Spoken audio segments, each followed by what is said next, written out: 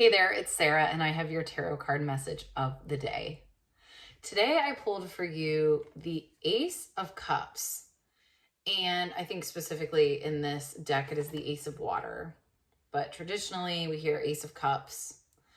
And this is really interesting because if you actually look at this specific card, we see a little girl. And immediately where my mind went when I pulled this card for you today is this idea of connecting with your inner child. And we hear a lot about this, right? We hear a lot about, healing your inner child and what did your inner child need? And I do believe that that's all really, really important work.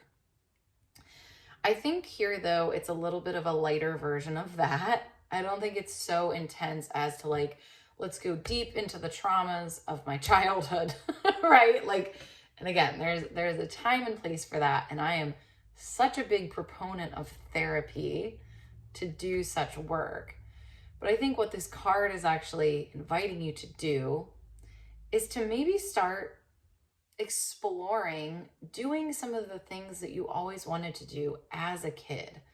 So what are kind of those long lost dreams that are so far in the past now, but you kind of, occasionally have thoughts about them, or maybe you'll see somebody doing it or it happening and you're like, man, I always wanted to do that.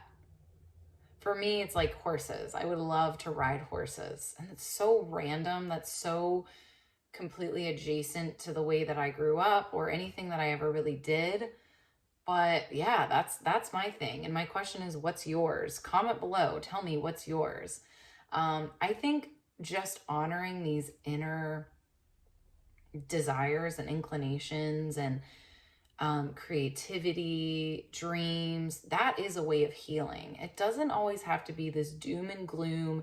Let's talk about the trauma. Let's talk about the heartbreak. There is a time and place for that, but there's actually a lot of healing just within honoring a dream or a desire that you've always had, especially now that you're older, right? And you have a little bit more autonomy and you have a little bit more control of your life. You can do these things. And I think sometimes it's like we're so used to being maybe told no when we were younger that we weren't able to do something, that now it's almost like, well, why can't you do it? Why can't I sign up for horseback riding lessons, right? I mean, besides the money aspect of it, what is the actual barrier? There is none. And it's the same for you. I mean, again, I understand some hobbies or some, things that you could pursue are not the cheapest. I understand that.